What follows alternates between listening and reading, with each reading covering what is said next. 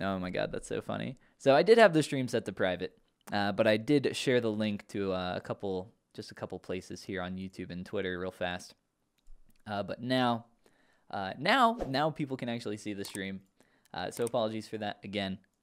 For those that are just joining us here, we are working on a Nicola Saviori illustration or concept over here of a Brontosaurus, and we are working on the very early stages of blockout. So essentially what I was just talking about there was for this main process, and feel free to drop any questions or comments in the live chat if you have any questions as we go here.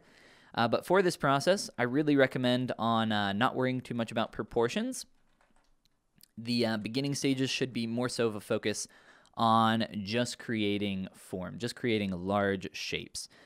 So for here at least, I'm just getting a few of these pieces into place. So we have this little transitional piece for the arm, and really, you know, this doesn't have to be beautiful or perfect. We are just trying to get something on the canvas quickly. So here we go with a quick little duplicate there. Start moving this into place. What's going on, guys? Welcome to the stream. I was streaming for a few minutes there, just setting some stuff up, and I realized that the stream was on private. I didn't have it set to public, so nobody could see the stream. So apologies for that. But welcome, if you are just joining us, and joining me, welcome to the stream. We're doing a little Bronto by Nicola Saviori, and we are working on those early stages of just getting some stuff on the canvas. During this time, if you guys have any questions, comments, love, whatever you want to send, please do so. I love hearing from you guys, and it's been a long time since the last stream, since the last live stream. Hence the technical difficulties there in the beginning. Let's go ahead and fix that. Get just a simple piece of geo here to get the tail. Beautiful, right? This is what it's about in the early stages. Just quickly getting some stuff on there. What's going on, guys? Mr. Watermelon, Nelatina, Chris, Renderides, Heyno. Hey, guys. Welcome to the stream. Let me know if you can hear me, okay? If you can hear me and if you can hear the music. I'm not sure if I set it up correctly or not. But welcome. Glad to have you here.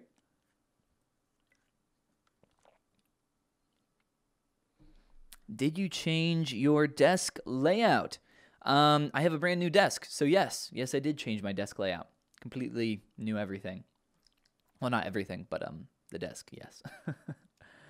How do you make mouths? Well, we can maybe talk about that with this guy here. He's got a mouth, so we'll look at that.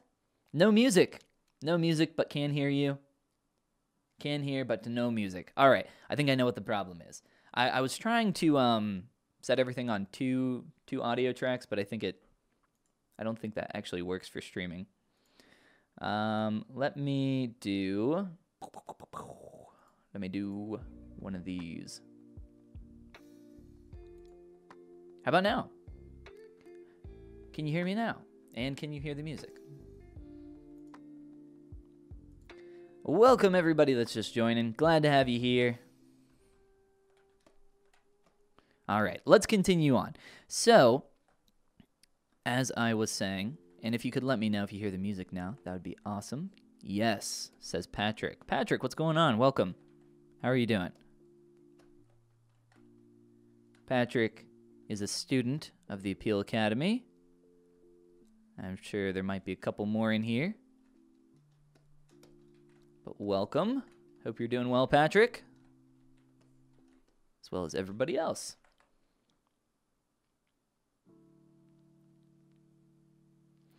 It does work. The multiple tracks does work. Yeah, I'm not sure. I'll set it up later. I'm not even going to try to read your username. I apologize, but you say, because of you, I started doing sculpts. You're incredible. Thanks for everything. I send you a hug from Guatemala. Well, thank you. I don't know why YouTube said this message is held for review, but we will show it. We'll give maybe a couple more seconds here for other people to pop in. Am I doing more Nomad Sculpt videos? Possibly. Possibly. I don't have any in the works right now, but absolutely in the future. I prefer geometric shapes when blocking out. Ritsubo. I'm not a fan of Z-spheres, and I have a video or two talking about that and why that is. I think if you search on my YouTube channel for Z-spheres, it'll probably pop up. Not positive, though. Materials are so hard. How do you do it so easily? I don't know what you mean by materials are hard. This is a custom material. I have a few custom materials here that I really like to use. This is my sculpt here. Looking kind of funky. Yes, he is. All right. So let's go ahead and continue here with the block out. If you guys have any more questions as we continue here, or if any technical issues occur, just let me know. And yeah, let's do it. So as I was saying here previously, during these initial stages, we got this beautiful little dinosaur. You don't want to worry about proportions. You don't want to worry about proportions until you start getting more things on your canvas. The reason why is the same way if you're doing any kind of other art form. If you just have a couple lines on your surface or on your canvas or whatever, which is akin to what we have here, we just have a few pieces of geometry. A little bit more than a few now, but when you are in that state, you're not going to be able to judge proportions very well at all. You need to get quite a bit further into the process before you start worrying about proportions. Right now, got to extend this neck, get that up real tall. There's a long neck. Body's going to need to be a lot larger as well. One thing that you can do during this process is use a little function called Transpose Master, which we'll look at here in just a moment. Let's see, what do I want to do with these feet? How do I want to create these? What I love about sculpting, there's so many ways to create everything. There's just a billion ways that you could do everything. So I think somebody was just asking about Z-spheres, right? Hey, if Z-spheres are what you like using, then go crazy. Use those Z-spheres. For me personally, I don't like using Z-spheres. I actually think they're bad for a number of reasons. And, if you like using Z-spheres, more power to you, but I just don't. And I've talked about that in a lot of videos here, so. But let's just move these feet back, duplicate them, get another floppy foot there. Gorgeous. Couldn't be better. It's impossible. It literally couldn't be better. And then, yeah, we'll continue on here with the proportions and keep sculpting. Let's just Dynamesh a couple pieces just to get things a bit more messy.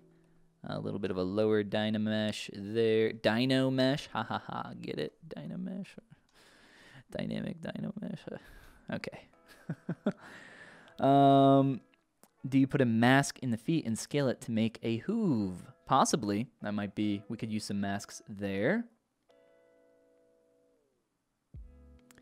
Let's see.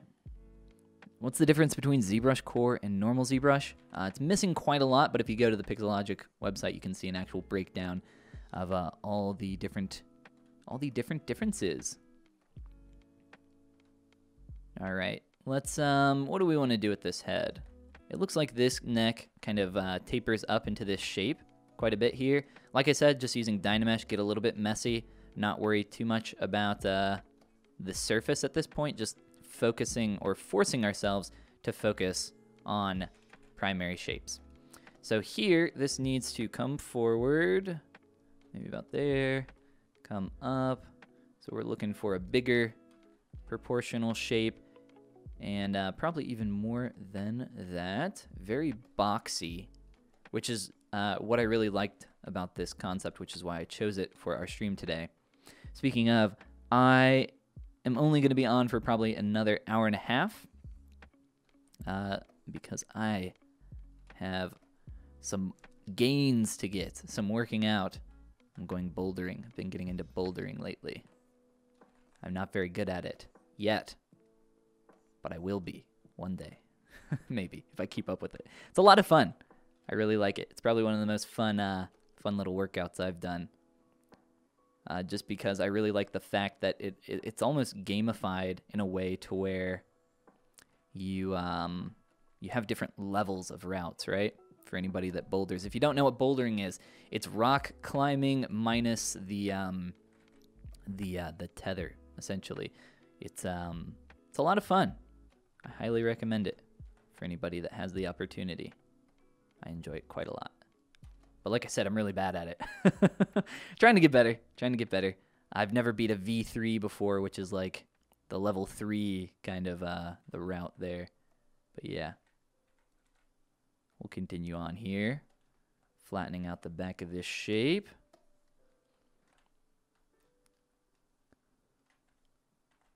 Scurry? No, it's not scary. You're not very far off the ground. In rock climbing, you know, you can go upwards of 30 plus feet, or even more if you're like out in the wilderness. But indoor rock climbing, I would say it's pretty rare to go over 30 feet. For bouldering, you will not go 15, maybe 15 feet off the ground. And then there's cushions below, so it's not that big of a deal if you fall. There are different ways you can fall as well to make it more squishy. You don't break your knees. All right, so we got some kind of basic shapes going around here for that mouth. It's important to just kind of sketch some of this stuff in initially to help yourself figure out the rest of the proportions. So right here, this area, I can kind of see that there's a volume there. But first, I'm kind of getting this lip to pull out a bit more, kind of represent that shape. This kind of slants in this way. I mean, there's a lot of stuff going on here. Normally, I work a lot faster than this. It's a little hard to talk and sculpt at the same time, I won't lie. And then for this shape, like I said, needs to come out quite a bit more. Lots of different ways to do this. You just use a move brush, start pushing it, fill it in with a clay. If you guys have any questions, though, about process, let me know. Be happy to answer what I can. Or if you have any questions about bouldering, since I'm a bouldering pro now as well. Converting my YouTube channel to a bouldering YouTube channel. Would you ever post your samples from the academy, from my Appeal Academy, my course? So my student stuff. I have one example. I have thought about that, of asking a few students if they would be okay with sharing some of their feedback sessions for each course, or not for each course, for each session, because it's really hard to describe the value of these feedback sessions just with words without actually seeing them. But once I get students in and they go through like the 1 or 2 sessions, they're like, wow, this is a lot, man. And that is because these feedback sessions are one-on-one, not one-on-one, I shouldn't say. There's no, back and forth or interaction in that regard for video to make them so that I can get more content, more content in the actual recording. But they typically go close to about an hour in length with each time. On the website, I always say 30 minutes to give myself some leeway, depending on if we don't have enough to talk about. But typically, they're going pretty close to an hour, if not over. But yeah, I've thought about that because it's tough to kind of illustrate or talk about the value of those. I have it. I'm not sure if Patrick is still in the chat or if any of my other students are in the chat, but Patrick can attest to the value of those feedback sessions, I'm sure. And I always ask my students to know, be candid. Don't. It's not like I'm sitting here like, Patrick, if you don't give me a glowing recommendation, that next feedback session, man, it's gonna be a bad one. It's gonna be rough. Do I prefer being inside or outside? Right now inside, because it's like 20 degrees Fahrenheit outside, very cold, and it's been snowing like crazy. I've been shoveling off my driveway all week. It's horrible. I hate it. I hate shoveling snow. It's not fun. Patrick.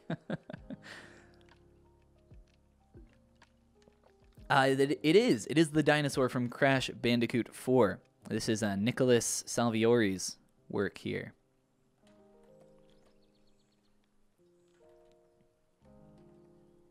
And if I miss your question or anything in chat, please just put it back in. It's scrolling a little too fast for me to kind of keep up with it. Otherwise, I won't get any actual sculpting done, and I'm getting very little sculpting done already as it is. But hey, we're getting a little bit closer here proportionally, slowly but surely.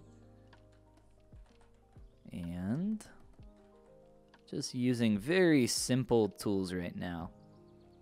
Nothing complicated at all. I'm in something called Transpose Master right now that allows me to work on a bunch of individual subtools all at once. Very handy little function. You can find it up in the Z plugin menu if you're unfamiliar. But as you just saw, I made a bunch of changes to all that at once, and then it kind of cascades those changes back here. Very, very handy. I love me some Transpose Master.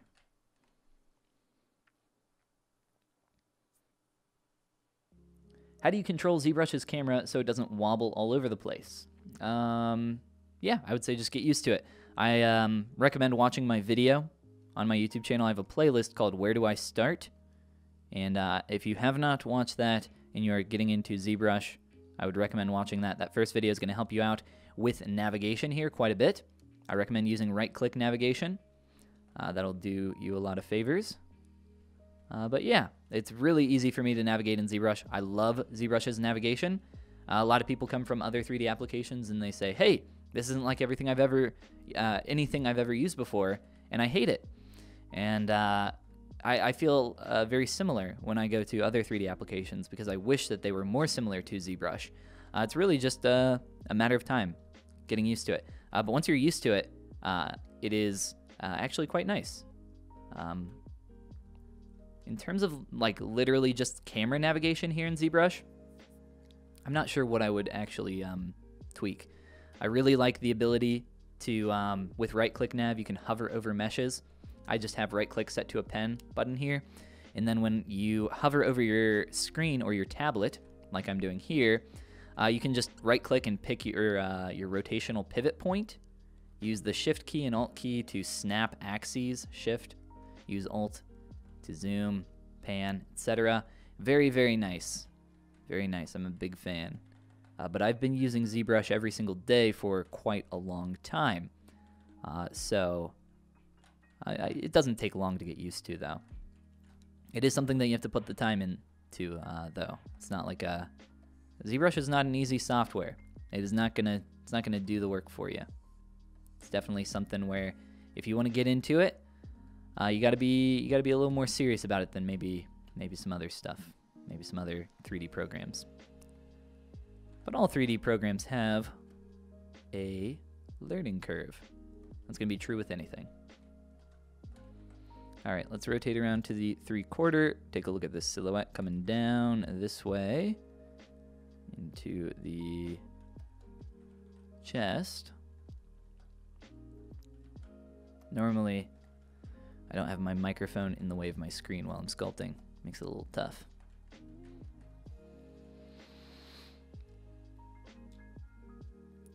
If I were not to record in a year, what would I do? I'm not sure. I'm not sure I understand the question. Like if I was not to spend any time like recording what I was sculpting, like if I had a whole year to just like work on something. I don't know. I've actually kind of thought about that to an extent. Probably just some like really crazy huge piece with like lots of little studies in between to kind of practice certain areas. With digital sculpting, it's you know, sculpting's still a really slow process, but not quite as slow as it used to be. So you can do stuff a lot faster. And there are a lot of things that kind of make a lot of things that used to be hard back in the day, just, you know, the click of a button. So I don't know.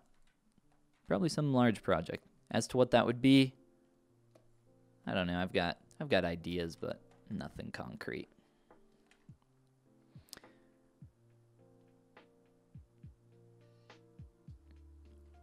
How did I find Zbrush? That's actually a little bit of a funny story. And it's been a long time since I've streamed, so I haven't had chances to talk about all that stuff in a while.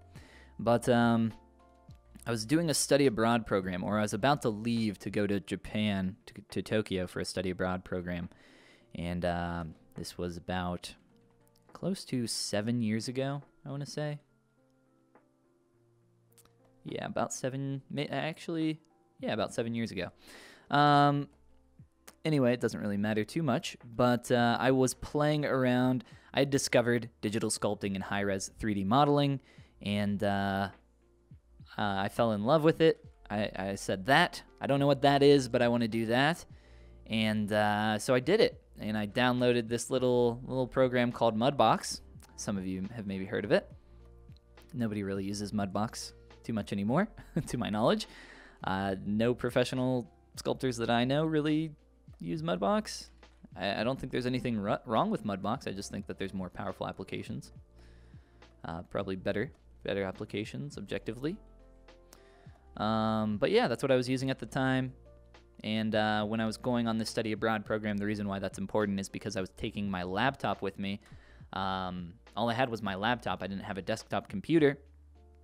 And to run Mudbox, oh no, wait, no, I'm sorry, I did have a desktop computer. To run Mudbox, you needed a dedicated graphics card, and my laptop didn't have one. So I ended up finding this little program called Zbrush, and I got that because it didn't require a dedicated graphics card. Used that on my laptop, bought a couple Zbrush books, went to Tokyo, studied a bunch of Japanese, and studied Japanese by day, and by night studied a ton of Zbrush stuff. And I still have those 2 books somewhere, but they're fun to look through because like every other page is dog-eared, every other paragraph is highlighted. It's they're fun. But yeah, that's how I found Zbrush. What's going on, Fuad? Welcome to the stream.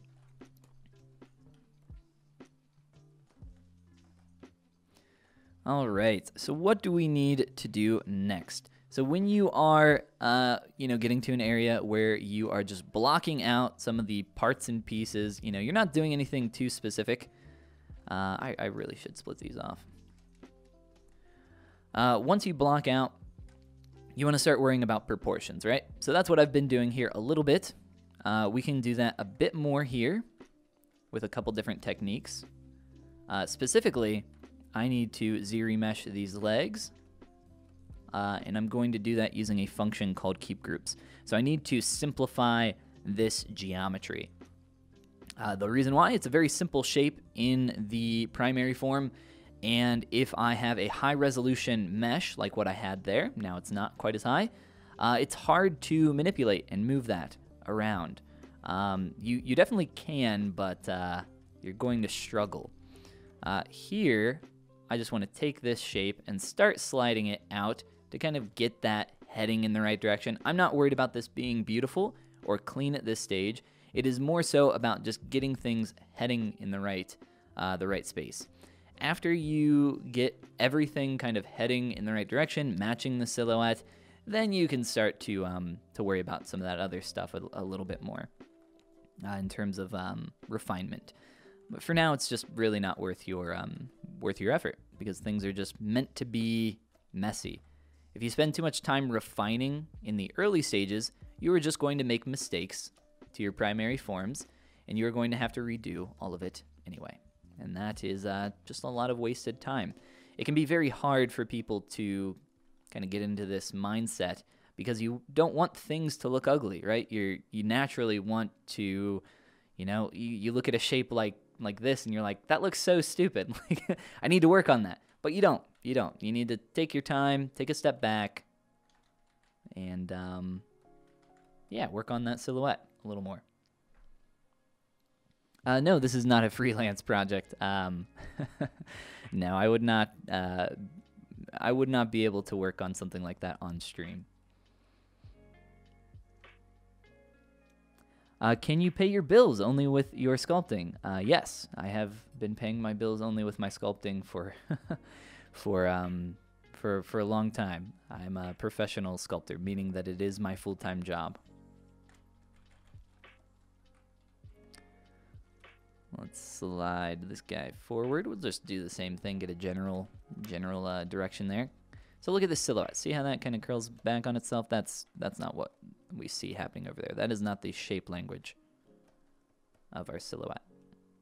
Comes straight down into the ankle. Okay, we can keep that rough. Continue forward here. I do not know Danish. No, I'm sorry. You cannot use ZBrush on an iPad.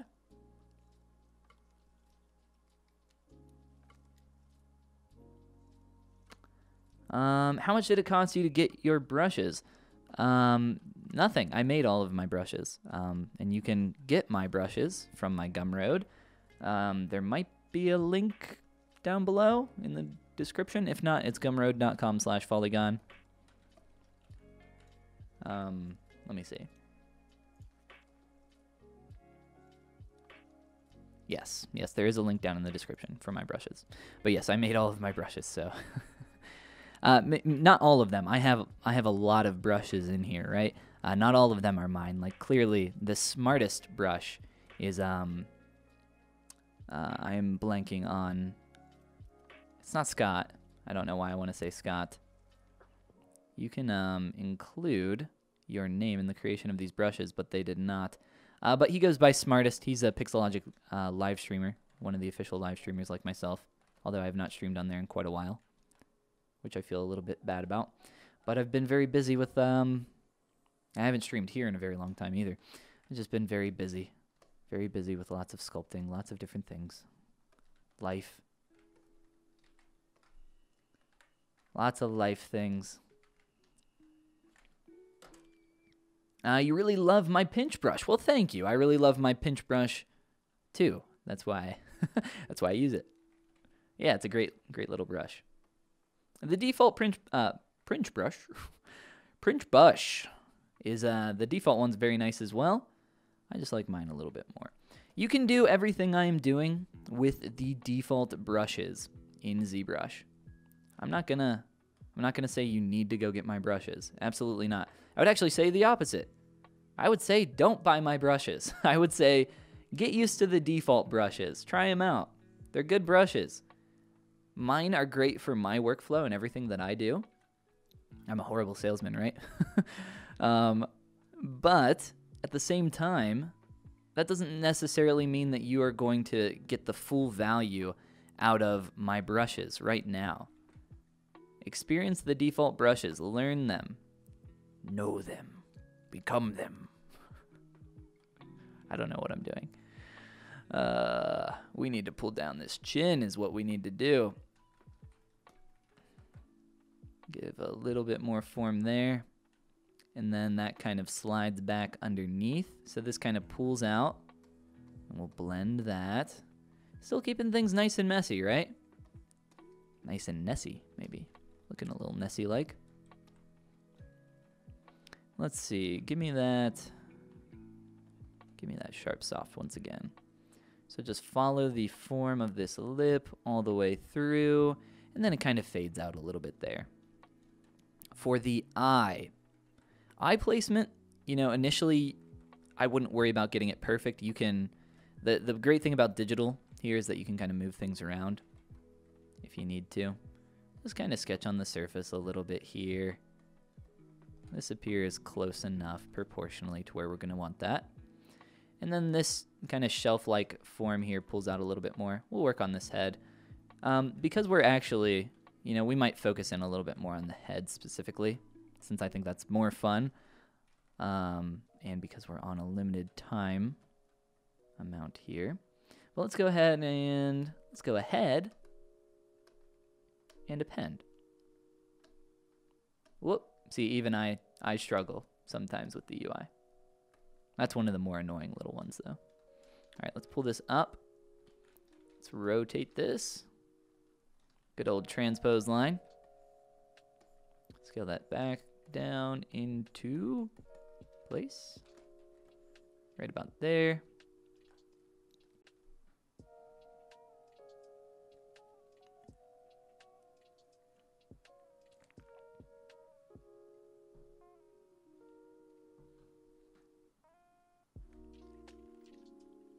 What is my favorite thing to sculpt? That is a good question. It's definitely not hands. Hands suck. I can tell you what I don't like sculpting. What is my favorite thing to sculpt? I love working on just stylized characters like what we're doing here. Anything with interesting shapes, I would say. I am a sculptor first and foremost, and wow, he's looking ugly, isn't he? My thing that I care about more than anything else is form, like the 3D nature of it, the form. Form is king. So anything with interesting shapes, and this guy definitely has some interesting shapes. I could sculpt these directly on top, just to show another technique here. What you can do is just insert a sphere or a primitive shape right here. Represent this interesting shape, and there's a lot of blocky shape language with this guy, which is what we were talking about earlier, with something like this, right? Just get that into place. Now I could have sculpted this shape directly on top. I mean, there's always a million different ways to do things here. Or we can just do this. I could have sculpted those lips on top, which is, I mean, I did do that, but I could have made that a separate form as well. It really just kind of comes down to preference, what you like doing. Sometimes I, mix and match different processes here. This is an example. You got this nostril here on top. You got this back of this shape. This actually tapers. This like, I can't show you my hands here, but it kind of tapers more back this way. I need to get some of that in there. And we will here very soon. But to do that first, I should run a quick polygroup through here so that when I remesh this, we can get some better results.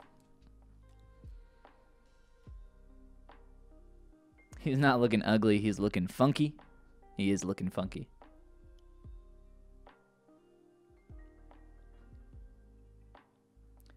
How do you know how it will look? Well, that's an interesting question. It's a good question. How do you know how it will look? Experience, I would say, is the biggest factor there. But also, if you're working from a concept or something else, you can definitely go off of that. Head in that direction. That's what you're kind of aiming for.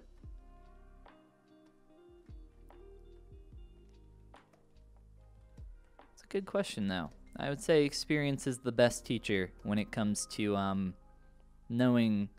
I mean, the way you're saying that's a little bit odd, but essentially what you're saying is, how do you see the sculpture underneath, right?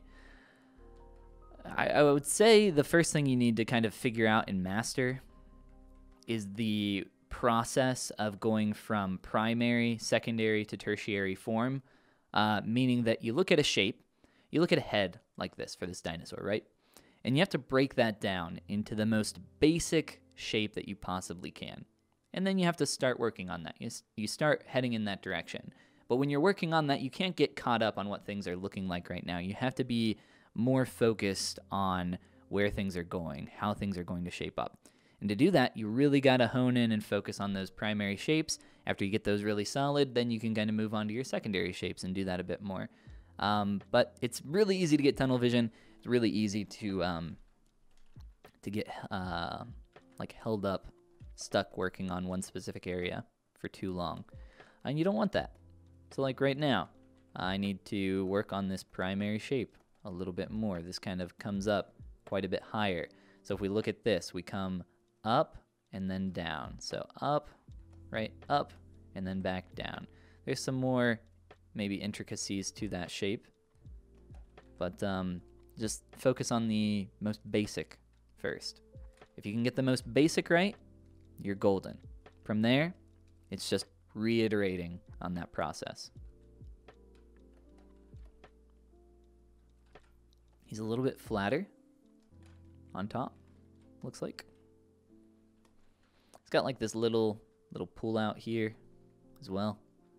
That's more of something we can focus on into the secondary. All right, So that mouth, since we've kind of marked that up a little bit, we can do that a little more. We come back here, back, and we flow around like so.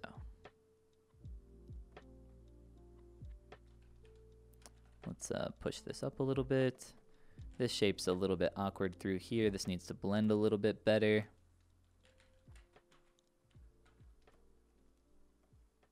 Something like that more so than what we've got right now. Just need to change the direction of this and get this kind of corner of the lip a little bit heavier. A couple ways to do that. I've started carving in around that. That's a good way to start a shape like this, but at the end of the day, I think it's easier to just get in there, mask it off, start yoinking on it. Start yoinking. That is that's a sculpting term. Yoinking. Yoinking? Yoinking. Sure. I need to stop saying yoinking. Do I work with a mouse? Absolutely. Absolutely I work with a mouse. But I mainly use the pen. I use the mouse for lots of little things. You can sculpt with a mouse, but I would say it's like trying to sculpt. It's like trying to paint with a rock. Like, why would you? We have the technology. We have the technology. It is possible to use a pen. I would use a pen. You can have a lot better time using a pen with pressure sensitivity. That doesn't mean you have to buy a super expensive tablet. I have a bunch of recommendations for tablets. I've made all sorts of videos about that kind of stuff.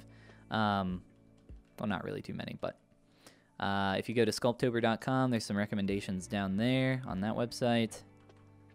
I'm trying to think where else they are listed. I have a couple videos, but that's probably the easiest way to find them. You can get a really cheap, nice tablet for under $50. A really nice tablet that'll last you years, if not your entire art career. You do not have to have a screen on your workspace. I like having one. I prefer it quite a bit. Not everybody does, though. And that's okay. Use the tool. I always say use the tool that's, best for the job. And that's not always the same for everybody. For me, it's my big old honkin' Cintiq here.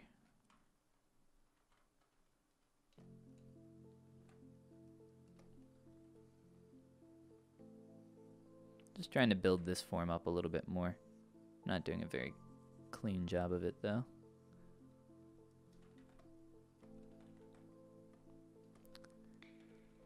Let's see. So, looking at this shape, it's kind of like a cloud, right? We got 1, 2, and then it's flat on the bottom.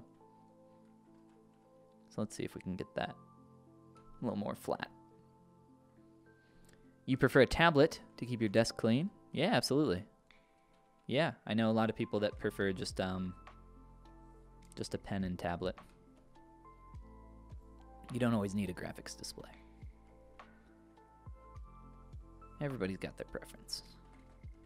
And if you don't have a preference, I would start with the cheaper option. Alright, so let's get that started.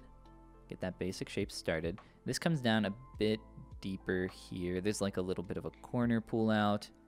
And then actually it looks like this maybe gets a bit wider there.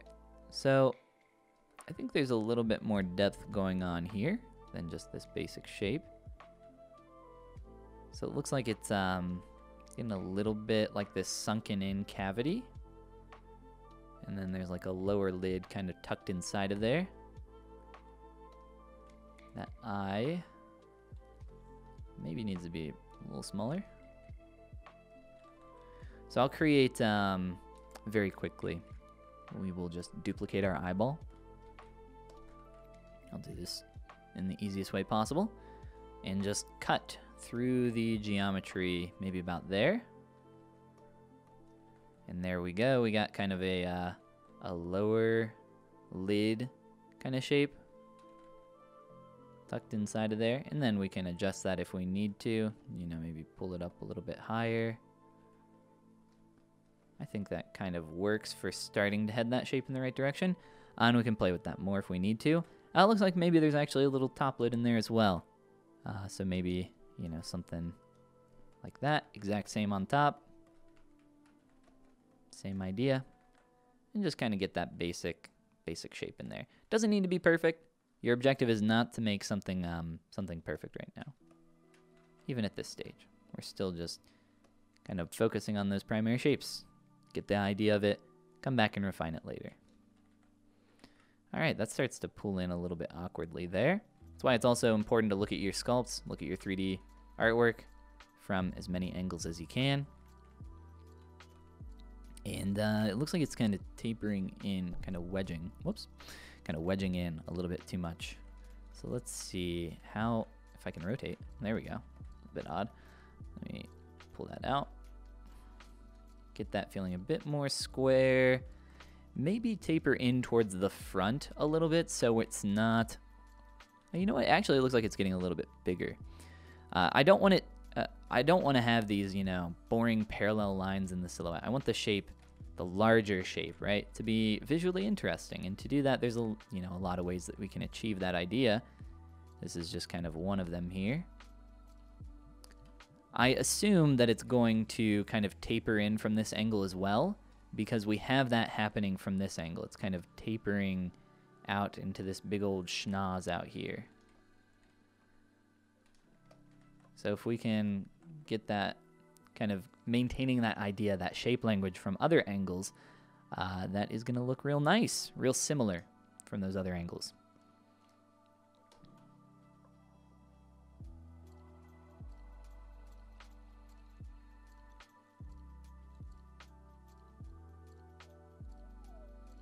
I usually hear sculptors say it's better to start sculpts with a low resolution mesh, but I see you have high resolution meshes. Is there a reason why you go that way? Yeah. The reason why it's better to start with low res, and I do have a low res piece here, is because the less polygons you have, the easier they are to control. That is an objective fact when it comes to 3D modeling. And when you are talking about the early stages of sculpting, you're creating simple shapes. So take a look at this neck. Very low res, very low poly. Take a look at this head. I have subdivs on it, but I have a very low res kind of starting point there. Very easy for me to come in here with a move brush, manipulate on those big scale proportions like I was just doing, and then take a step back and, you know, go back up to my higher res and continue sculpting and blocking out some different, you know, planes here for the nose, some other stuff, and then continue forward. But yes, I would say if you're new to sculpting and you don't have a fundamental grasp of this idea, it's not something that you're just going to kind of start doing naturally. It is going to take time. It is going to take time to kind of get to the point where you understand how much resolution you need to work right now. I can't give you a spreadsheet that's like 15 minutes in, you should have this many polygons for blah, blah, blah. No, that's not how it's going to work. You're going to need the resolution that you need, and the only way that you are going to learn that is by sculpting a lot. Sculpting, practicing, figuring out what you need when you need it. Here, I need a little bit more resolution to kind of pull this shape out. Go through here. Get that looking a little bit more close to that silhouette, although that looks like it's coming out a little bit too far. I'm not entirely sure yet. Something that I need to work with a little bit more. This needs to come out further in the back.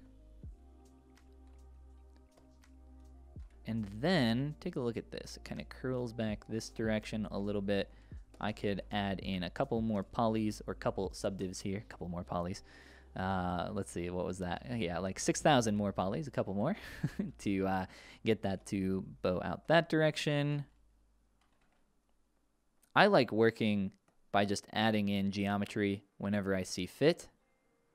And then like here, you know, with the neck, I'm just adding a subdivision or two, pulling that shape out, and I'm fine. I'm fine with it getting messy. I'm fine with you know, just working with this higher res piece, because I always know I can drop that back down. I can dynamesh it, I can remesh it, Z-remesh it, whatever I need to do in a moment's notice. And I am constantly jumping back and forth between dynamesh, Z-remesher, and you know, subdivision workflow. It really just depends on what you need.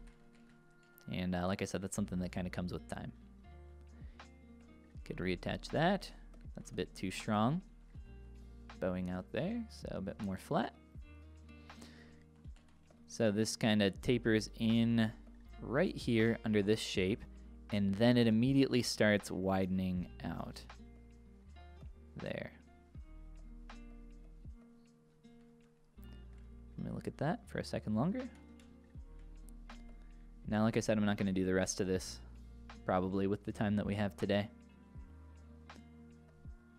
But I just want to get that shape coming down the neck correctly. Okay. And then what I'm going to do is split. Whoops, wrong brush.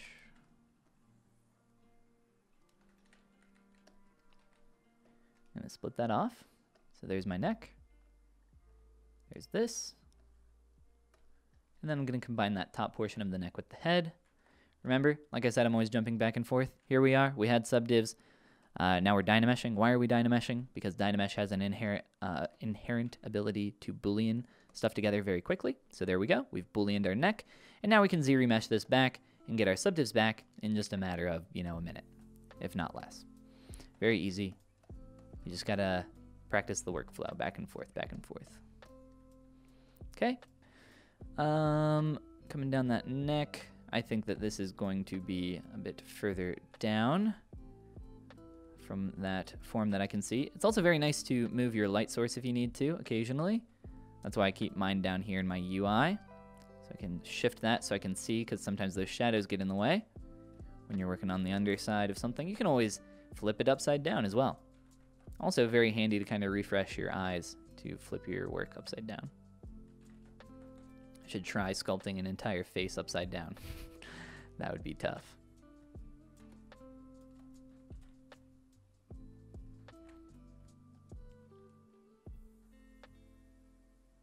I have sculpted with Blender, yes. I actually like Blender a lot. I love Blender. I'm not a fan of the sculpting tools, though, personally. I like Zbrush a lot more. If I would have started with Blender, I don't know if I would say the same. I might feel the opposite. Feel that I like Zbrush a lot more. Or I'm sorry, I like Blender a lot more as compared to Zbrush. But in my honest opinion, I don't think that the sculpting tools of Blender are there yet. Just from an objective standpoint. A lot more powerful in Zbrush from my experience.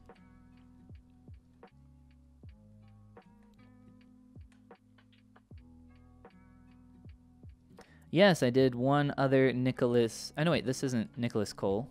No, this is not Nicholas Cole. This is Nicola Saviori. Not Nicholas Cole. But yes, what did I do of Nicholas Cole? Was it the crash? Or something else? I don't remember. Too many sculpts. Alright, so the head is, it's getting closer, right? Right. Let's take a look at these nostrils. What do we want to do with these guys? Let's get a mask. Get a mask in here.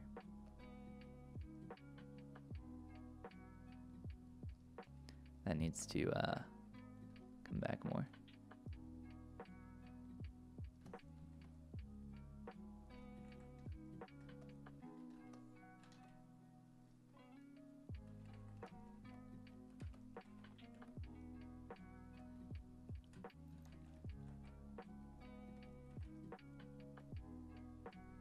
Just working on that shape, getting it a little closer. We're gonna pull the corner here of this a little more this way before we blend that together. That still needs to come a little higher. A little higher. Dynamesh those. Clean them up. Take a look at that. Look at that nasty shape. We don't care though. It's hidden. Can't see it. Doesn't matter. Okay, so the chin needs to come down further. A couple other changes there to work on for the lips. Proportionally, we're heading in a good direction. The eye, this form needs to kind of come out a little bit more. Let's work up here for like 2 seconds. Then we'll remesh. Unless something else glaringly obvious sticks out for us. Getting a little bit more leg than we should be at this stage. Hardly any polys on screen, but probably because I am streaming as well.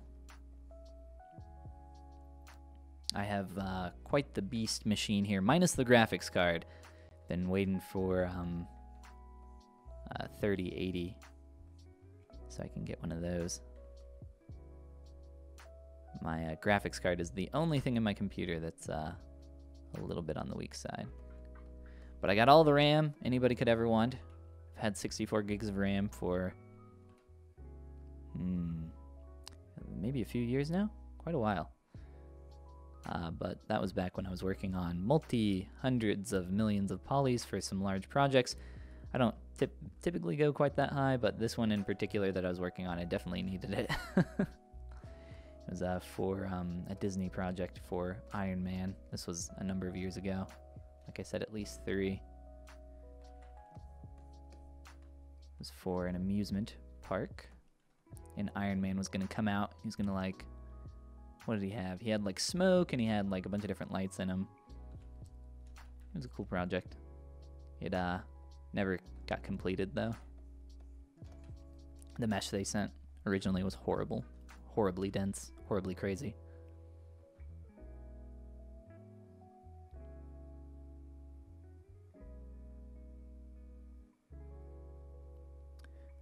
Send a save to Brazil. What's going on, everybody? Welcome from Brazil or wherever you're watching from.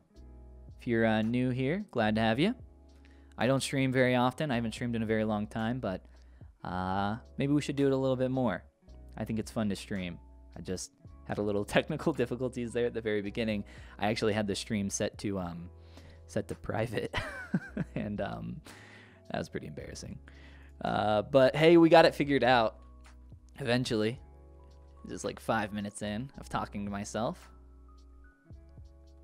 It's a good time, good time. Hello from India. Welcome. A lot of Brazil viewers. What's going on, Brazil? What's good in Brazil right now? There's not a lot of good things going on, but I know there's something good going on in Brazil. There's one good thing. All right, creasing this mouth up. Like I said, I'll remesh this now. I think I could get a bit of a longer, or I guess deeper distance here. Pull that. Well, actually, maybe I can just pinch this and get the same effect. Something like that. It doesn't need to be perfect. I can work on it more after I remesh. Because of the density of the geometry, it's hard to adjust. Oh, I don't have an eye on the other side.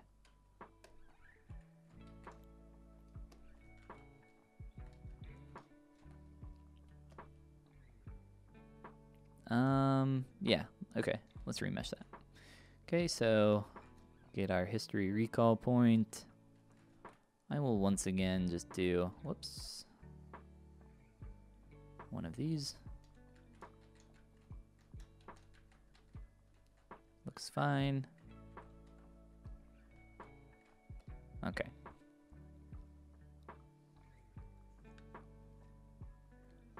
Have you ever tried modeling, or do you always sculpt? Well, digital sculpting is modeling. It's just high resolution 3D modeling. Yes, I do poly model as well. I got my start, like many, poly modeling. Oh, I meant to combine those nostrils. That's okay.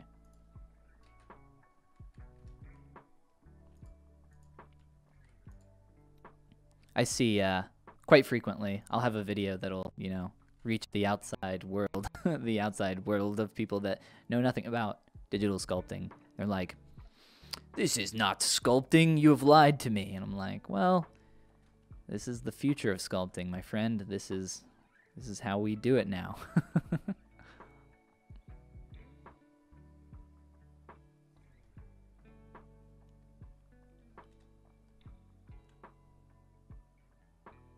Sometimes I forget it's live and try to fast forward. Yes. Skip this boring man. Show me the dino. Give me the dino. We'll put some color on him here in a sec. Sculpting is a slow process, and for people that don't sculpt, sometimes it's a bit surprising when you find out exactly how slow it is. And I am, when I am not streaming, a very fast, much faster sculptor than I used to be. I used to always say that I was a very slow sculptor. I don't think that's necessarily the case anymore. But sculpting is a slow, slow process. Very slow. If you want to be in an art medium where you can make a lot of stuff quickly, don't pick sculpting. Okay, we're going to refine this shape a little more. Round it out. Soften it. Just going through there with a clay brush, a smooth brush.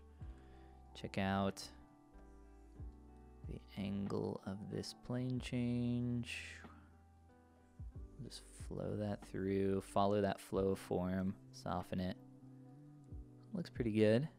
It's getting there. It's a little bit messy down here. We're getting there though.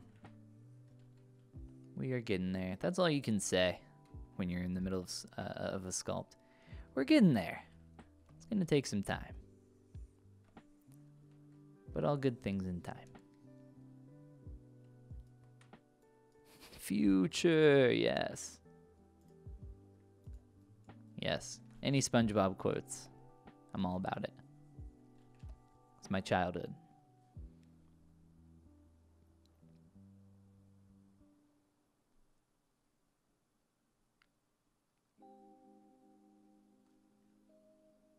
You are asking the wrong guy when it comes to rigging. I've done very, very minor rigging and skin weighting. And that is a very specific rig that you are referencing, so I'm sorry, I can't help you there.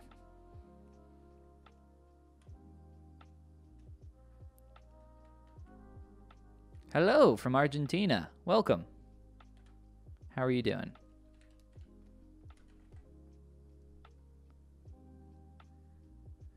I no longer do the free critique sessions. I simply just don't have time for those, unfortunately. It's a thing that I used to do a number of years ago. But if you want critique or mentorship, the really only way that you're going to get that right now from me is through my course, the Appeal Academy. That is all I have right now in terms of time. All my time goes into working on that.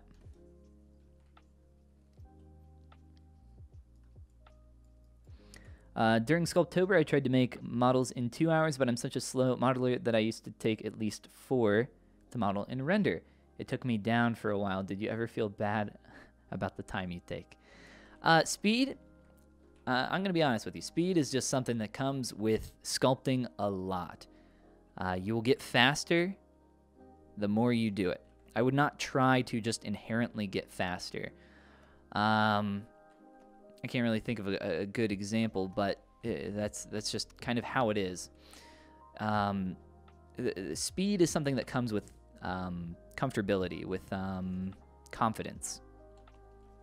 And the way you get more comfortable and the way you get more confident is by sculpting a lot, because eventually you'll just say, oh, I've seen this situation before. I know exactly what to do, and you don't think twice about it. You just immediately do it. But yeah. I wouldn't be worried about things taking a specific amount of time. However long it takes you, that's how long it takes you, and there's no reason that it should take you more or less. It takes you what it takes you, you know? Don't be in a hurry. Don't try to rush things. If you're just trying to do a daily sculpt, like you said for Sculptober, you know, if you're not happy with your work that you can do in 2 hours, no worries. Like, the point of Sculptober and the point of a lot of those challenges is just to get you sculpting, just to get you going. After that point, you know, you don't have to, it's not like a hard set thing where it's like you have to finish this piece today. Although in my my training doc, my 30 days of sculpting doc, I do recommend that you only work on a piece for a single day and then move on to some other stuff. There's not a whole lot of reason when you are just practicing on kind of getting your repetition and your hour count up when you're maybe a little bit more new to sculpting. There's no reason to spend a ton of time on a sculpt. You're going to learn the most from those early stages, and doing more than that, in my opinion, and for a lot of things is going to be a waste of your time. Not for everything, but for a lot of things it will be. I'm going to hand paint in just some rough shadow down here. I'm just color blocking right now. We'll get more on here very soon. But yeah, don't worry about speed. It's not a big deal. You'll get faster with time.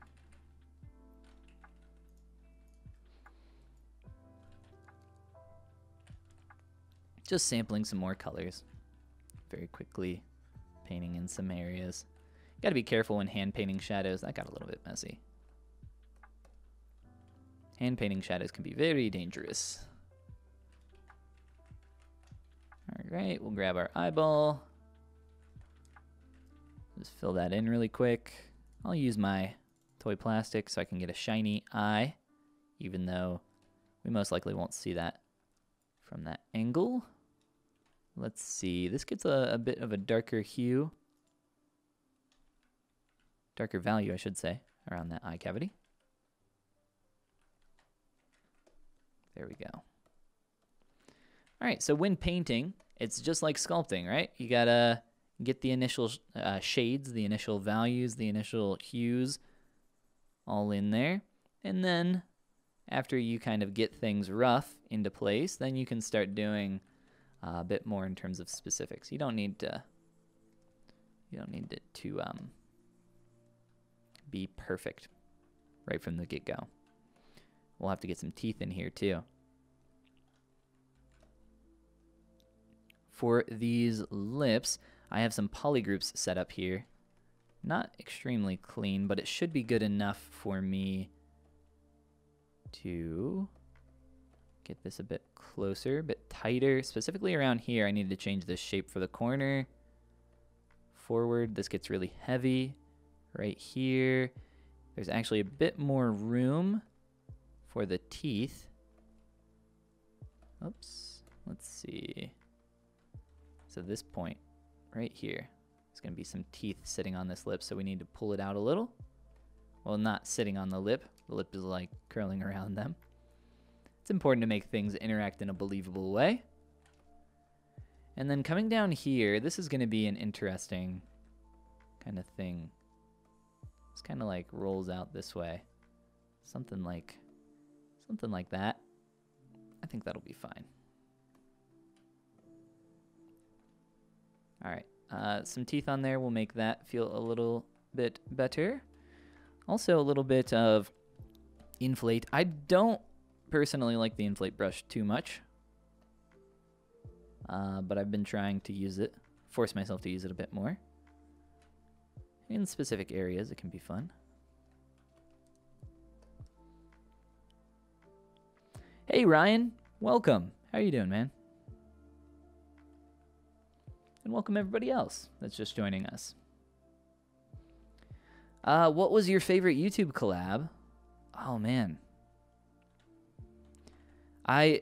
So this is probably, you know, I don't want to say like one was better than another, but I pretty much answer this question probably in the same way that I answer like, what's like the favorite thing that you've ever sculpted? And it's always like the most recent thing I've worked on. So definitely the which I believe was that thief character, if I'm not mistaken. I loved that character so much. Absolutely beautiful shapes.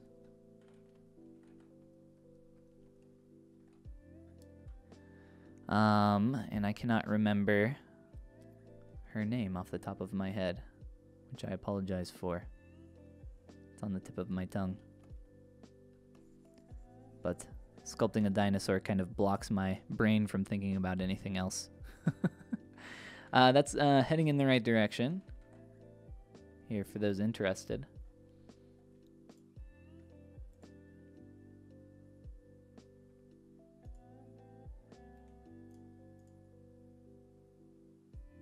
Yes, the witty thief that gets into trouble, that is correct.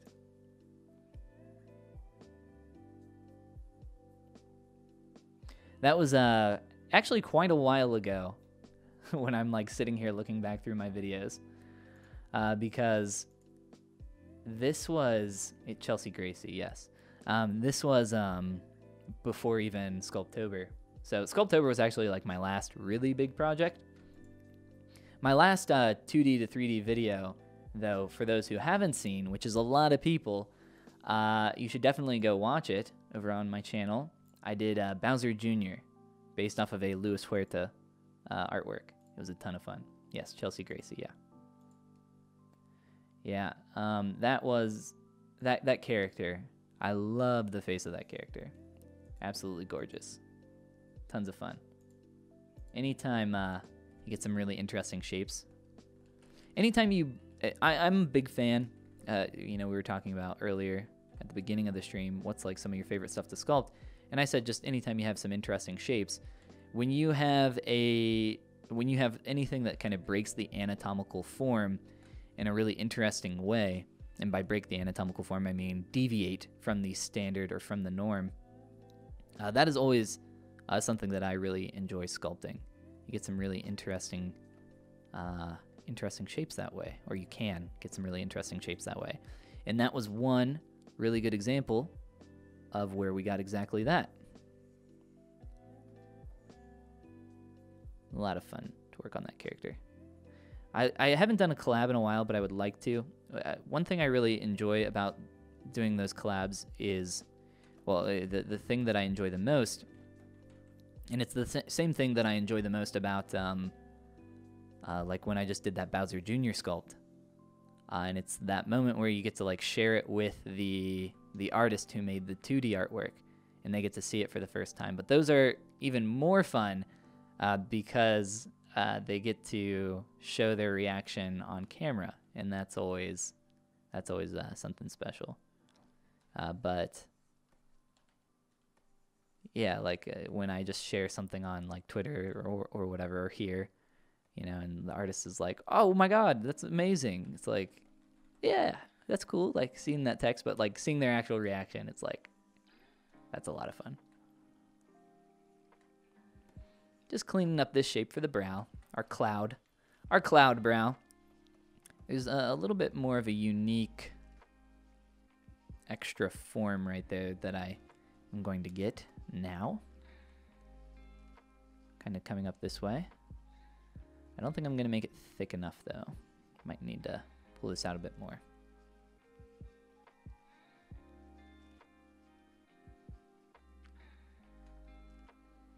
Dynamesh makes details less and less gap. How do you keep resolution for the entire process? You need to look up Z-remesher and reprojection workflows. You need to learn how to reproject your form after you remesh.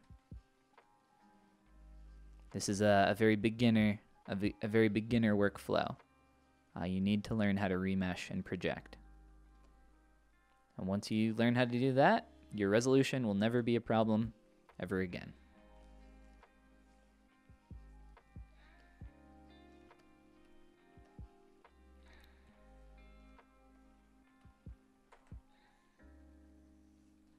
Just continuing the flow of this shape backwards, and then I'll blend it. So flow back, soften out. All right. Let's check out these lids. What do we want to do here? I think I want to just soften these shapes. What is going on here? There we go. Okay, I could inflate these a little bit, get them a little more thick. I think that works. Remeshing does not keep UVs, no. No, you cannot remesh and keep the same UVs. UVs are dependent on your topology, and remeshing changes your topology. So, okay, those don't actually need to be connected. They just need to be kind of heading towards each other.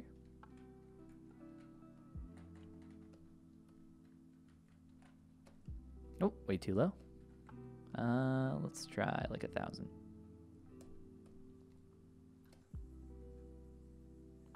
And I'm just softening this edge. Don't want it to be quite as sharp like what we had before. It does not need to be sharp. Let's get that nice shape in there. It's looking cool. Those teeth will really help this start to feel a bit more like the Dino. And then at that point, we'll have even more little proportions we can tweak. Here, the reason why I oriented this sphere in this particular direction is so that I can just paint the pupil right there. Just like that, right on that vert. Polypaint is vertex paint, or vertex color.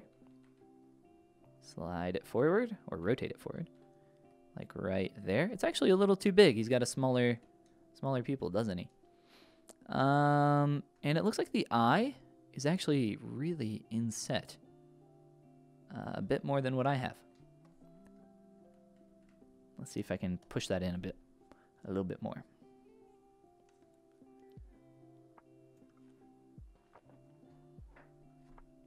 I do prefer using my mech brush to the pinch brush.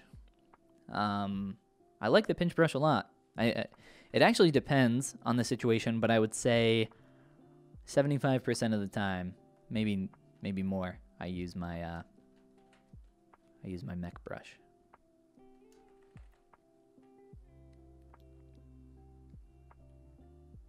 Yes, all pinch brushes are going to leave something like that. Maybe not all, but I mean, because of the nature of a pinch brush, it's going to warp your geometry. It's going to pinch it.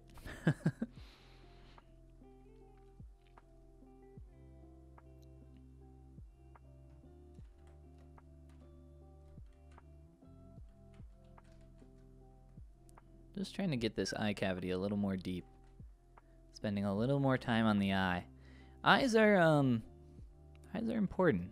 They hold a lot of the character, a lot of the expression for a character. Eyes and mouth. That's where all the expression lives. So like here, you're just asking about that pinch brush.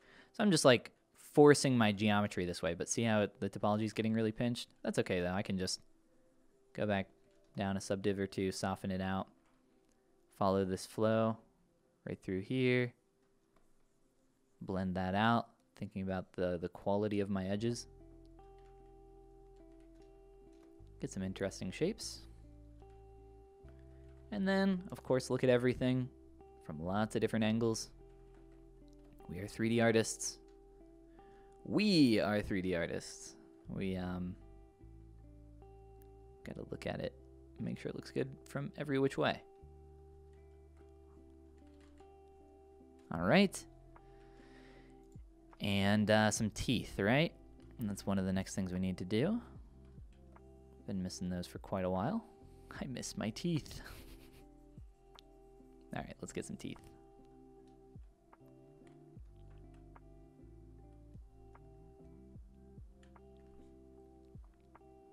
Now the topology is completely different from where I started sculpting.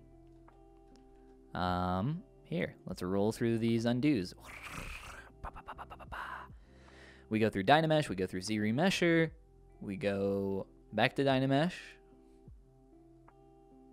All over the place. Oh look, here we are.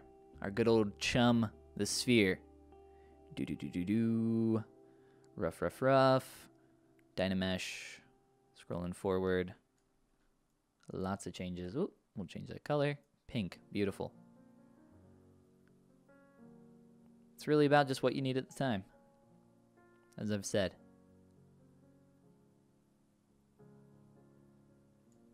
And there we are. That's where we are now.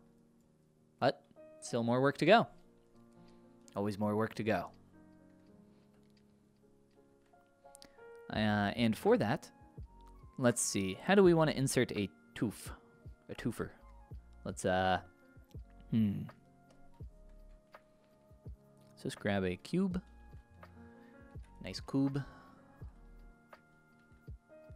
And I'll just plop a cube right here.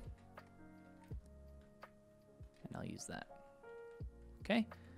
Unfortunately, that cube becomes a sphere when I smooth it. So let me do a divide like that first. We'll do 2 of those. I turned off the smooth modifier there so that I could divide it without it smoothing the polys. For the poly modelers out there, it's essentially like adding some creased edges, but I just did it very quickly. Let's get one tooth looking pretty good. So they kind of like have a, it looks like they are a bit more prism shaped. Maybe not. Maybe that's just the angle of the tooth. So like, nah, that doesn't work. I'll just use my move brush really quick. Getting them a bit more curvy like that.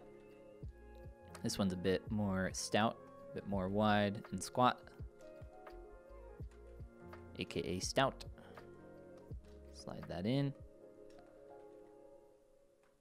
All right, so we will get the rough placement for the teeth first, just like everything else, all right? Don't work on one and try to get it perfect. Just get one into general position and get the rest. And then we can work on everything together. So I'll duplicate. Slide over here. There are like 2 teeth right next to each other that I can represent with one form and then like split it down the middle. These are going to be some fun teeth.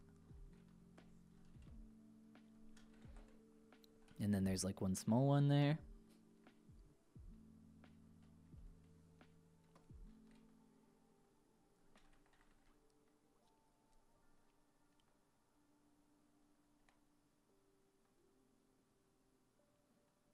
Over 9,000 undos? No, that was only like 1,000. I don't think it goes up to 9,000, unfortunately.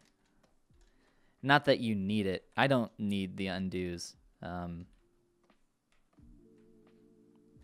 You only really need undos if you do like some drastic kind of error. You have a crash or something gets, what would be the word? Corrupt. A file would get corrupt. But even in that case, you just save in some version control and you're fine. I never save undos.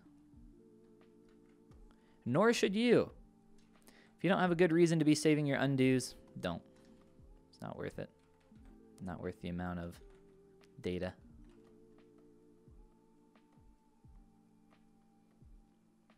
Okay, this is a bit taller.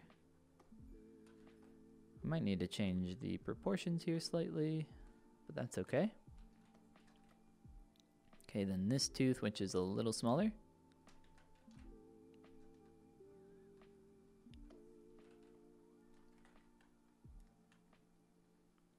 The dinosaur is illustrated by Nicola Saviori. Let me double check. Nicola Saviori, yes, that is correct.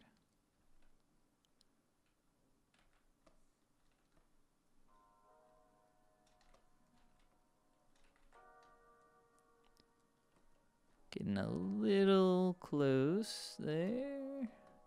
It's close enough. Let's continue with the rest. So like I said, let's get the basics. Duplicate. Grab this guy. rotate them, pull them up. Whoops, pull them up here. Let's see, right about here it looks fine. Squash, rotate.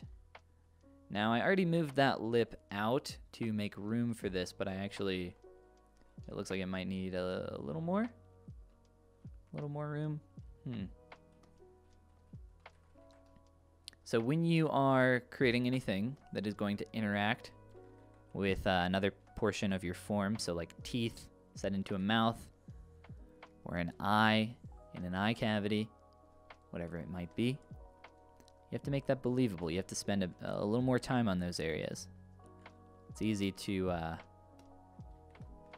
kind of just get it into place and move on, but you gotta make it believable, because this isn't, you know, set into the mouth in the gum. I'm just creating the illusion that it is. It is not physically accurate to what this stylized dinosaur would have here. So we're going to carve in right through here. Just make a little more room.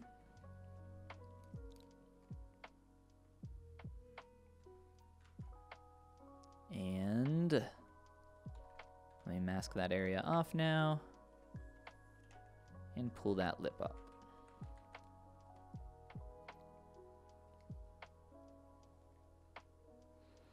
Yes, Zbrush remembers all those undos. It's handy if you need it. You can do some really interesting stuff with recording, actually, for some time lapses. If at the end of this we still have those undos, I can show you that. It's actually really fun. All right, so let me, the position of this is a little bit funky. Let me just do this real quick.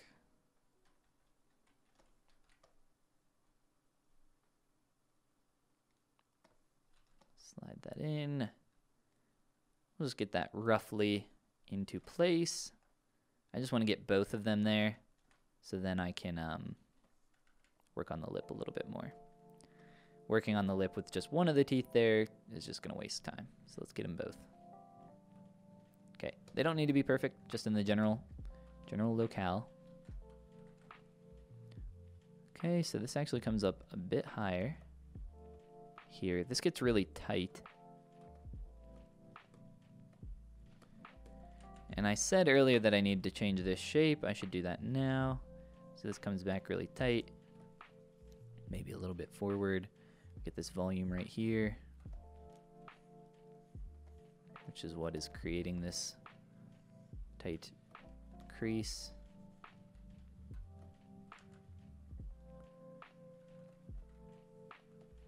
A lot of stuff going on here. But that's why you got to start one shape, you know, start with the basic. And then over time you come back and build it up. Don't need to do it all at once. You're going to really struggle if you try to do it all at once.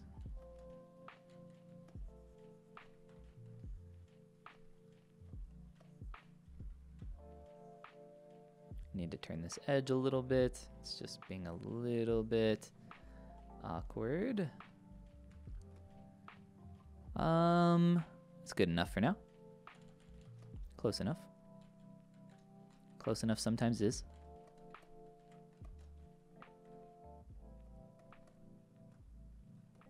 Although if you're working on client stuff, close enough typically is not.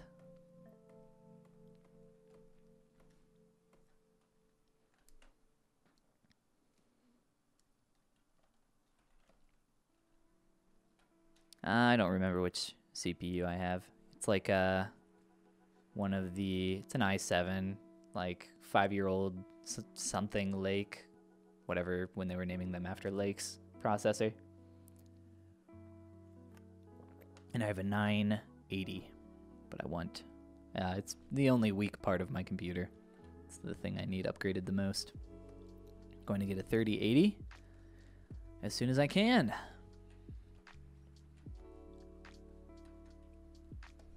All right, a little bit of inflate through here. Coming down.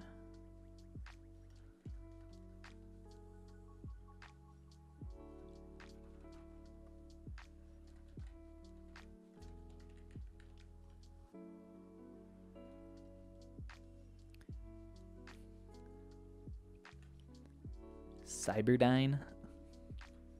I'm not familiar with Cyberdyne, unless it's a play on, excuse me, unless it's a play on Dino. Yeah, I do some hard surface stuff.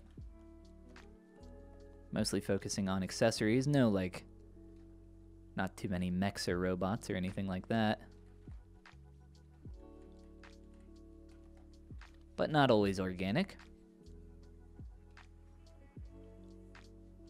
Although I would say that I prefer oh my god, my throat's dying. Or I would prefer organic. I haven't talked this much in a long time, even though I'm not talking that much.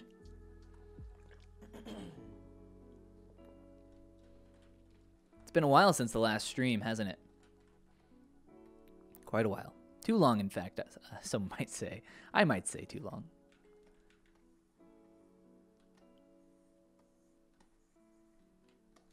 I used to stream on Twitch like every day. But then I had to do real work. No, I was still doing real work back then, just not quite as busy as I am now.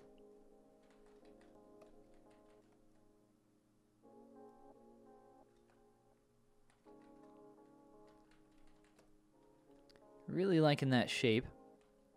I'm trying to get this curve to feel a bit better. So we got this hard edge, right? And then this curve on top. Trying to get that to feel just a little nicer.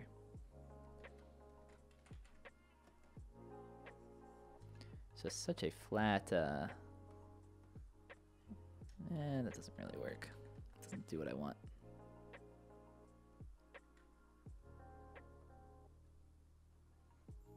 Trying to get this a little more flat towards the back, and then right at the eye is when it starts to inflate and push forward. So now, instead of just being even, like a nice symmetrical curve, we're getting this really cool silhouette that goes from something a bit more flat to something a bit more curvy.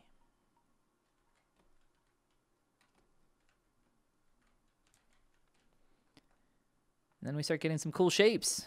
Hey, I like me some cool shapes. Get some teeth over on that other side. All right, he's starting to shape up. There's definitely some more that we can do here. And let me see. I actually have about 20 more minutes before I gotta bounce. So during that time, will finish up on this guy. And I'll try to pay a little bit more closer attention to chat. I wanted to make sure that, I got to a semi-complete state here. And because of that, I haven't really been paying attention to chat as much as I could have. So I apologize for that, but yeah, I'll try to read a little bit more here as I noodle around and clean some things up. So the wriggle on the back of the head doesn't drop or point downward like in the pic. The wriggle, drop or point downward. So we're coming out, straight line, and then we're curving back in. So out and then curving back in. And then this point here, the second point, we're coming down at maybe a little over a 45, and then in at a little over a 90. So that will need to change. The wriggle. I like that word though. Yes, all things in good time. That's one of the things we'll clean up here. Just playing around with this shape a little bit more though. There's quite a bit more here with this distance that's more important. Right through here that needs to change. So we'll get all that, like I said, in time. ZenWorks, hello and welcome. What's up with Sculptress Pro? Sculptress Pro is awesome. If you haven't used it, I recommend playing around with it. It's a great little tool. Lots of fun functionality there. The space between the top of the head and jaw looks thinner on the illustration. Yes, that is literally what I just pointed out. All things in good time, guys. One thing at a time, though. Can't work on everything at the same time.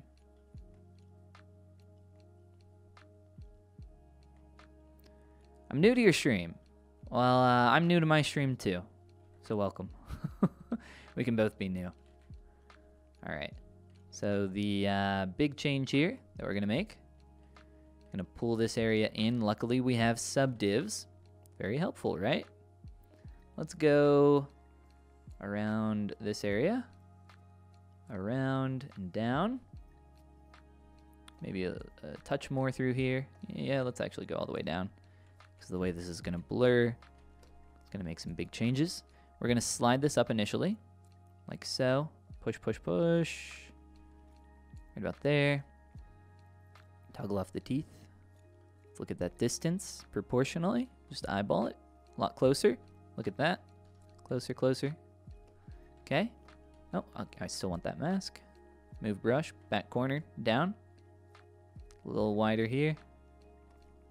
A little further back. We don't want quite this drop here as well. This is going to cast far too much of a shadow. So let's grab a mask through here as well. Ooh. Not quite like that. More like that. Okay, blur that mask. Let's widen that transition coming out for the neck. Can you build buildings in ZBrush? Absolutely. Absolutely. The poly modeling tool in ZBrush called the ZModeler brush. It's called the ZModeler brush, but it's not much of a brush, really. More of a very large poly modeling tool. Has been recently upgraded to include some stuff that should have been in there from the start, but you know, just the fact that we have a poly modeling tool in here at all is very nice. You know, they're slowly adding in things that people are asking for. It's really just a matter of time before they go through the whole thing and get the whole kit and caboodle in. But, you know, at the end of the day, it is a sculpting program, so they're going to keep those sculpting tools as nice as possible and keep working on and improving those. But it's nice to get some of those other quality of life functions as well. If you're not familiar with the ZModeler brush, I highly recommend looking into it. I have a nice little tutorial or old live stream / tutorial here on my YouTube channel that goes into it quite in depth. And yeah, I'm sure there's tons of other free tutorials out there if you need even more info on it. I recommend just playing around with it though. Just get in, start using it, try out a few of the functions, see how they work. There's also the Z Classroom, which is Pixelogic's official tutorials. I don't think they've updated them too much recently, because a lot more people are creating content on YouTube. Back before I got started, nobody was. But yeah, they have some good tutorials on it as well. This needs to come forward more. We're also looking at this from a bit of a 3/4 view, something a little more like this. Oh, where's our teeth? Let's move those.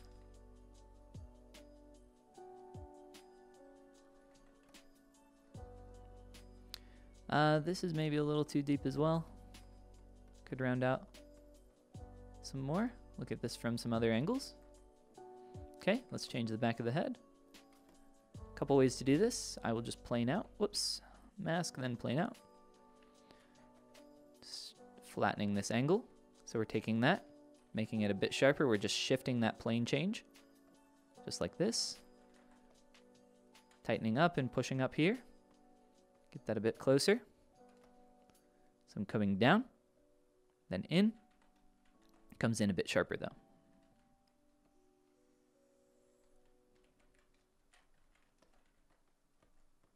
All right. So something like that. And then this is, you know, an organic character. So when you are blocking stuff out, you know, you're finding those angles, finding that silhouette information. It's nice to keep it nice and sharp, nice and hard. But you got to soften it, you know, it's an organic form.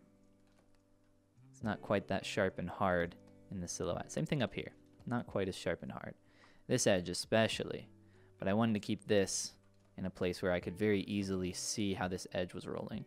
Ooh, we're getting some poly paint issues there, no worries. That's some stuff that we can correct later. The poly paint on this is still actually very rough.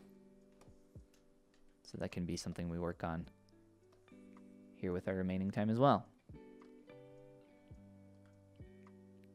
How do you choose which character to turn into 3D? Whatever I feel like, whatever I enjoy, whatever I like. So there's some cool shapes on here. For this, because I just had a couple hours to stream, I just very quickly went on ArtStation, checked out the front page, looked for something cool, saw this, and I said, that'll do for our stream. And normally I do some pre-planning before working on a character for a longer time, but with this, it's just something quick, so I didn't do anything. Just kind of dove right in and started sculpting. Not something, if you're going to be working on something for a longer project, this is just, you know, a quick little doodle here for our time together. But if you're going to be working on something for a longer amount of time, I highly recommend do some pre-planning.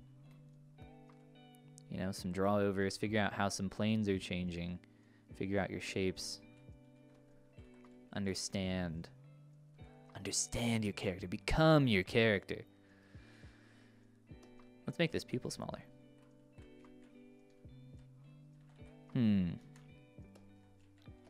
Let's go, let's see.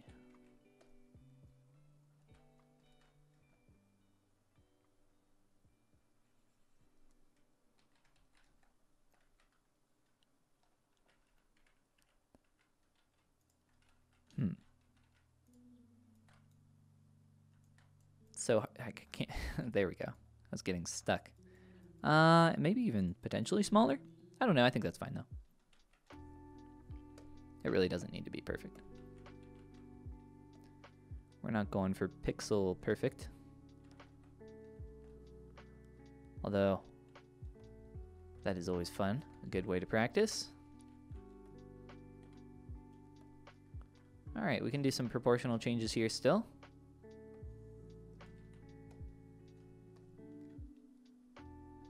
I'm not sure how I would stream working on Nomad with my iPad.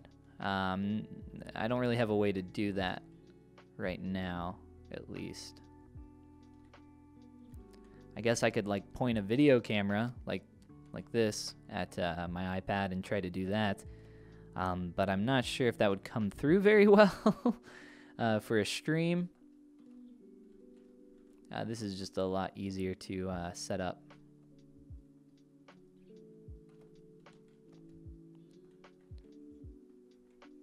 And it would be a very slow stream. I'm not very quick in Nomad. Let's take a look.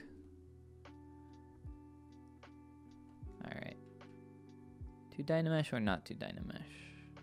I'm actually fine, I think, with a quick little Dino mesh.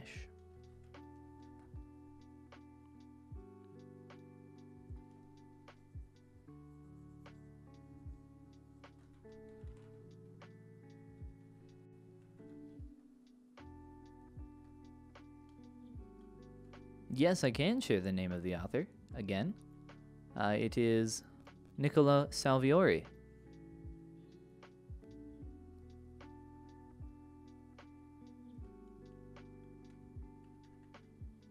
It is. It can be tough to learn ZBrush. I don't think it's, you know, the most difficult thing in the world. But I wouldn't look at it as learning ZBrush. This is not like learning how to use another software. You're not learning how to use the software. That is the first step, yes. But that's like saying I'm going to learn how to hold a paintbrush. Yes, you can learn how to hold the paintbrush, but you have to learn how to use the paintbrush. You have to learn the actual sculpting. So it's like, you're not just learning ZBrush. That is the first step. You will learn how to use the software, and then you have to learn the hard part. And some people think that learning the software is the hard part, but it's not. No. Learning how to sculpt well is the hard part. That is the difficult part. And if you get stuck on that software part, you're never going to make it there to the sculpting part. So yes, it is. Sculpting is very hard. I think that sculpting is a very hard artistic medium. I think. that 2D drawing and painting is a very hard artistic medium.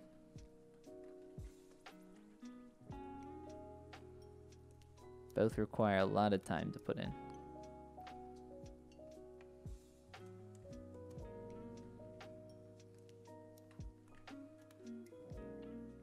Yeah, Nomad is really great for on the go. I'm a big fan of Nomad. I think it's fun. It's just I wish it was, I wish it was more. And it's just a matter of time before, either that becomes more or something new comes along that is more. But man, do I want it now. I want that mobile ZBrush. I want to have everything that I have here, but on the go. And the tech's not, it's just not there yet. But hopefully one day soon it will be.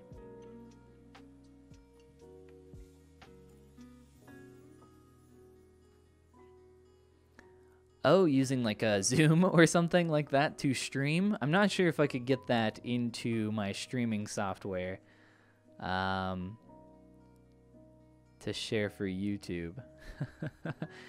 Although that is an idea. I like it. I like the creativity. Zoom. Just get a nice go-to meeting going. My favorite Disney sculpt. Oh man. I have no idea.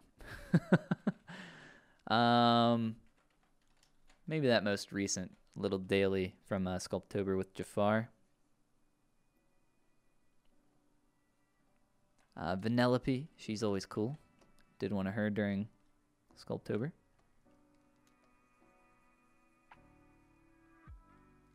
I also love me some Genie. Genie was a cool one. Lots of cool ones. I always have the most recent one on the brain, though.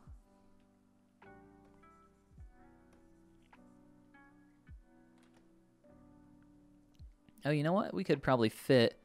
It looks like there's enough neck showing that we could get some of those spikes for the back of the neck as well.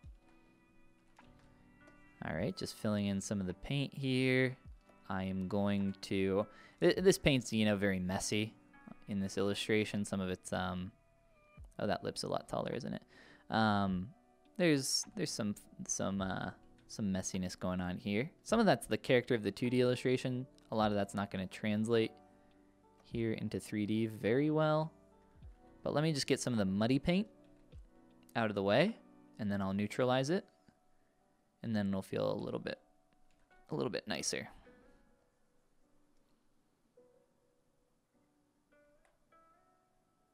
Any particular free brushes that I recommend? The default brushes in ZBrush are very nice. I highly recommend them. They're very nice brushes. I mean, you can do everything you can do that I'm doing right now, you can do with the default brushes in ZBrush. I would say experiment with them. If you're looking for more brushes, just in general, I would say that's not a good idea. I wouldn't recommend doing that because you don't need more brushes. You need more practice.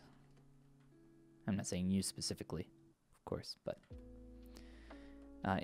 the only time I would be looking up, a brush is if you need something really specific. If you're like, I need a brush to make curly hair because I am too lazy to make curly hair myself, which I am in fact too lazy to make some curly hair myself.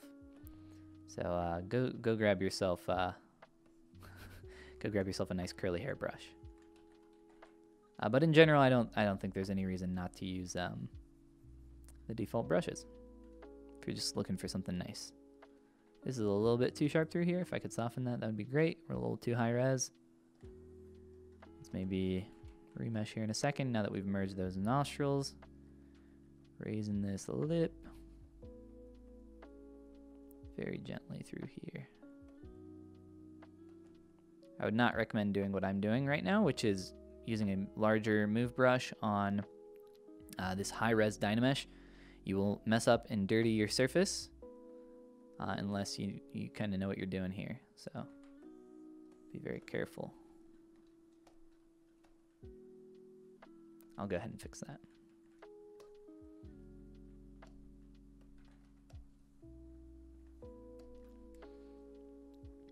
What's going on, James? How are you doing? Shane Olson's brushes are really nice. I've never used Shane's brushes, but I do know Shane. He's a great guy. If he's got some free brushes, I might check him out. I do use IMM brushes all the time. I have just one here in my bar at the bottom. But yeah, I use I use IMM brushes quite frequently. And stamp brushes. I'm not sure what a stamp brush is. I don't know what a stamp brush is. Maybe like an alpha? Like it might be called a stamp brush in another program, but not here in Zbrush.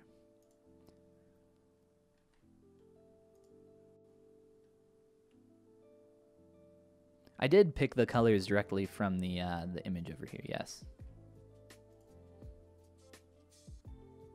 Oh, so this image is imported with Spotlight. Give me a second while this projection finishes. It's the C key, C, on your keyboard. Watch this. So C, watch the color over here on the left. C, C, C. I can sample my my UI, like this red over here. I can sample that with the C key. Literally anything on your screen in Zbrush, anything on your mesh, C, C. Actually, if I just hold it down, you can kind of see it move as I move my mouse. To sample from the Spotlight image, you just press, the Z key to activate your Spotlight here, and then you can just press the C key and sample any of those. So you have to import with Spotlight first.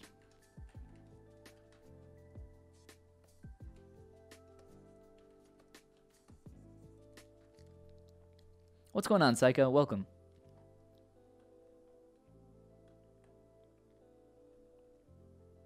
Should have bumped the neck more? Bumped the neck more. Possibly. Do remember that we're looking at this from kind of this angle here, this like 3/4. So there's definitely some more we can do there to the silhouette. If anything, maybe a push in this way. Taper in this way. So you got to remember that, this isn't I'm looking at this from the profile because it's a little easier to see and snap my orientation there, but we're looking at that from a little bit of an angle. Let me grab that red.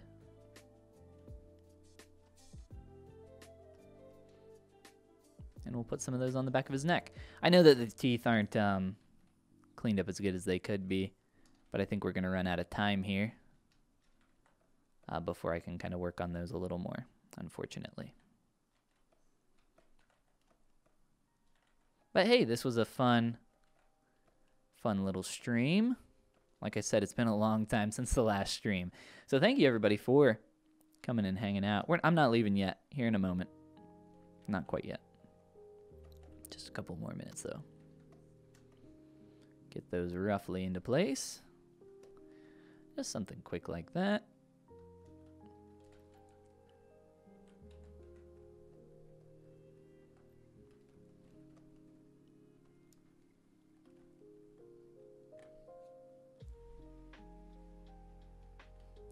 I don't know. One, I don't know this kanji, and two, it's a little too small for me to read, but thank you. Appreciate the kind words.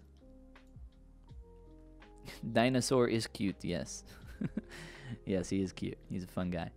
Not a fun guy, a fungi. He's a fun dino.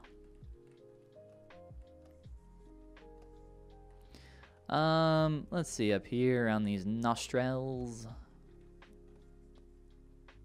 A little more we can do here to noodle around.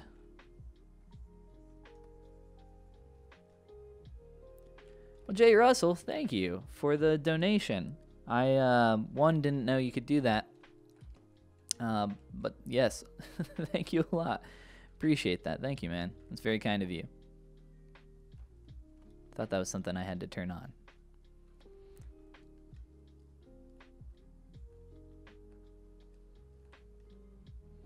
I joined the head and body using Dynamesh, and then I Z-remeshed from there.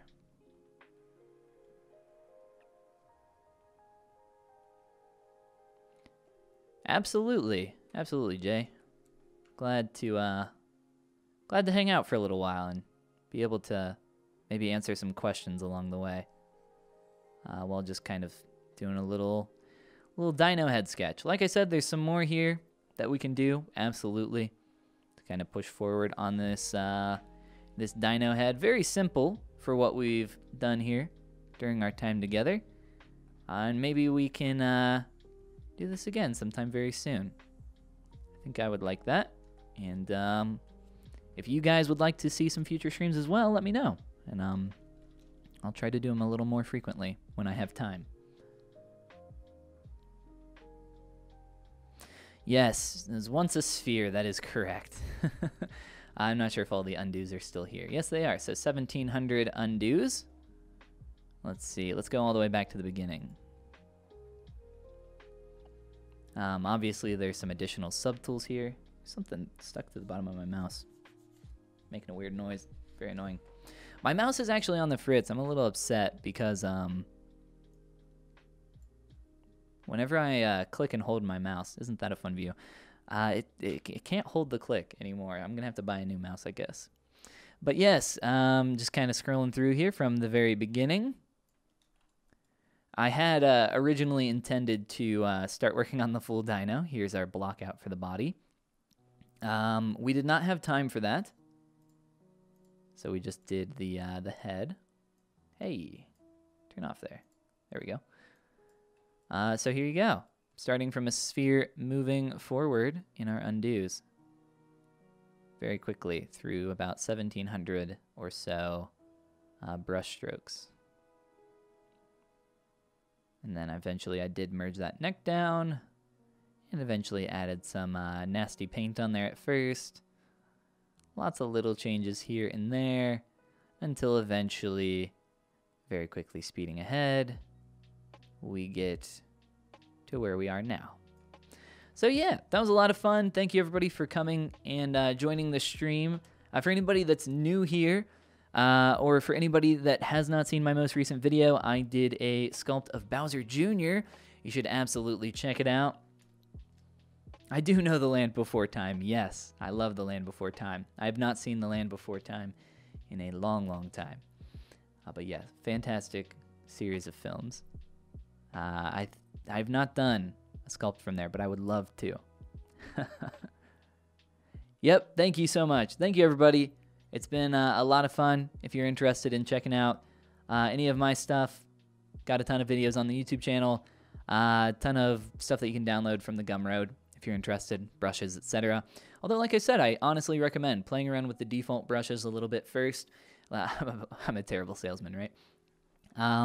Use the default brushes. Try those. If you want to expand on those, maybe consider buying somebody's brushes. Maybe consider checking out mine. I have some other courses, some other stuff on there. I have my big course, the Appeal Academy. That is what I spend most of my time doing these days. And when I can, I create some videos here on YouTube, although I've been a little distant lately. But like I said, check out that most recent video. It was a lot of fun. Other than that, thank you again so much for watching, guys. You have a great rest of your day. And hopefully we can do this again sometime soon. All right. See you guys.